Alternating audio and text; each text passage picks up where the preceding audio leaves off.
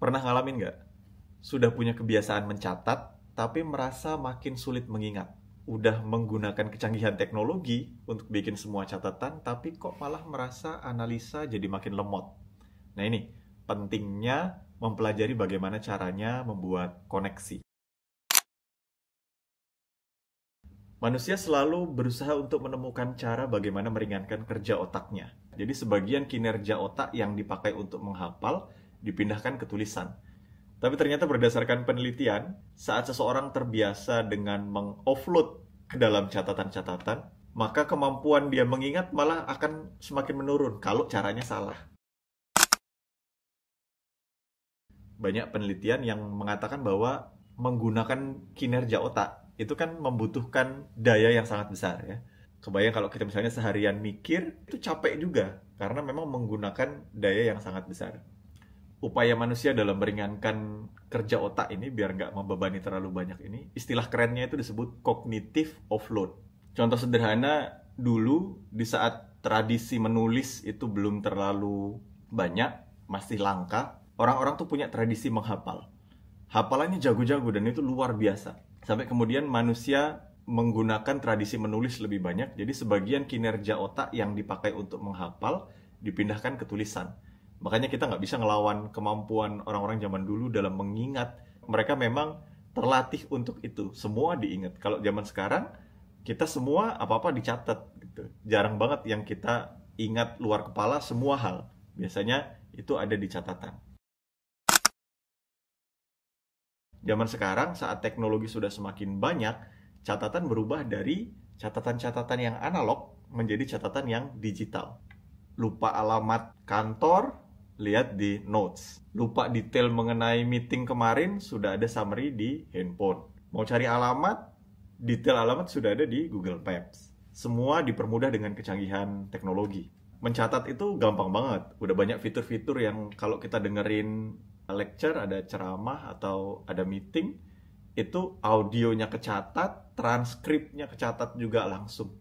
Jadi hampir nggak membutuhkan energi banyak buat kita mengingat atau menyalin. Nah, kita punya banyak sekali catatan-catatan yang otomatis seperti itu. Nah, idenya adalah saat banyak hal sudah dipindahkan ke dalam catatan, jadi otak kita bisa bekerja untuk hal yang lebih penting, yaitu analisa misalnya. Karena semua detail-detail yang tidak membutuhkan analisa sudah ada di dalam catatan. Maka otak hanya bekerja untuk hal-hal yang sangat penting saja. Yang lebih penting yaitu menganalisa catatan tersebut. Tapi ternyata berdasarkan penelitian, saat seseorang terbiasa dengan meng-offload ke dalam catatan-catatan, maka kemampuan dia mengingat malah akan semakin menurun kalau caranya salah. Bagaimana cara mencatat yang salah? Mencatat yang salah adalah kalau dia hanya membuat catatan-catatan pasif.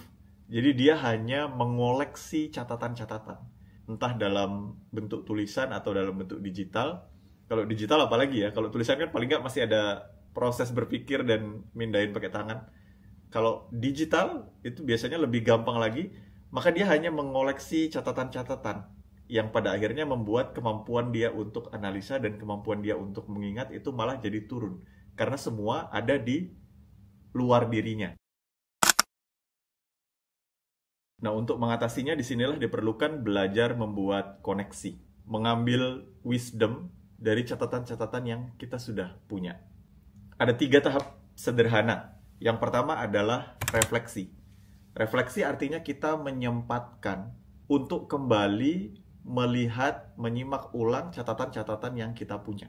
Kalau kita biasa nulis, kita tulis di bentuk jurnal atau kita tulis di kertas dalam bentuk to-do list lah atau apapun itu, sempatkan paling tidak seminggu sekali untuk membuka kembali dan melihat secara gambaran besar apa aja sih yang sudah kita tulis di sana. Merefresh database tentang apa aja sih sebenarnya yang sudah kita pelajari, yang kita alami. Hal ini membantu kita untuk mengumpulkan kembali puzzle-puzzle yang terserak dari semua catatan-catatan kita. Cara kedua adalah dengan membuat koneksi. Membuat koneksi ini ada 2 metode simple. Yang pertama adalah dengan membuat catatan koneksi berupa visual notes. Atau istilah yang keren tuh biasanya disebut dengan mind maps. kita mengambil topik-topik penting, kata-kata kunci dari hal yang kita pelajari, hal yang sudah kita catat, lalu kita membuat koneksinya. Kita buat dia berbentuk flow, kita hubungkan antara topik satu dengan topik yang lain sesuai dengan kebutuhan kita, sehingga dengan menghubungkan itu terjadi proses berpikir, proses menganalisa, di mana kita kembali membuat catatan-catatan yang pasif menjadi aktif. Ini kita kembali menyaring wisdom dari semua informasi-informasi yang kita sudah punya. Cara kedua dalam membuat koneksi adalah menggunakan metode koneksi tertulis, atau istilah kerennya suka dibilang Zettelkasten. Nah, kalau koneksi tertulis ini adalah kalau kita sudah membuat sebuah catatan atau jurnal yang tidak terlalu panjang, misalnya satu topik, satu catatan pendek, kita hubungkan tulisan itu dengan tulisan yang lain. Nah, caranya paling gampang itu adalah di zaman digital sekarang ini dengan hyperlink. Contoh sederhananya mungkin gini, kalau orang sudah terbiasa blogging, dia buat satu tulisan, lalu ada ternyata dalam bahasan itu yang dia sudah pernah bahas sebelumnya, maka dia linkkan, dia buat hyperlink. Dengan begitu intinya sama juga tuh. Intinya satu tulisan terkoneksi dengan tulisan lainnya. Dengan begitu dia membuat semua informasi yang dia sudah pernah punya menjadi terkait satu sama lain. Nah, di situ ada proses menggabungkan, proses menganalisa, proses membuat menjadi susunan yang runut, sehingga catatan-catatan yang pasif menjadi catatan aktif dan membuat dia kembali mengingat dan mendapatkan hikmahnya. Atau kalau orang suka pakai catatan digital, ada satu catatan aplikasi yang sangat membantu untuk menghubungkan ini, namanya adalah Obsidian. Itu dia bisa dengan gampang mengelingkan antara satu notes dengan notes yang lain. Nah, ini metode kedua, yaitu menghubungkan tulisan ke tulisan atau Zettelkasten. Dan yang terakhir adalah dengan berbagi. Jadi saat kita sudah mencatat, punya sesuatu, lalu kita sudah review dan kita koneksikan, maka kalau nggak dibagikan nggak ada gunanya. Jadi supaya dia bermanfaat, kita bagikan dengan cara apapun itu. Kita sharing di sosmed atau di YouTube, atau bagikan, ajarkan dengan orang lain supaya jadi manfaat. Terima kasih sudah memantau sampai akhir. Gimana, apakah teman-teman pernah mengalami permasalahan yang sama dan pernah mencoba hal yang sama? Gimana pendapat teman-teman sekalian? Tuliskan di kolom komentar. Wassalamualaikum warahmatullahi wabarakatuh.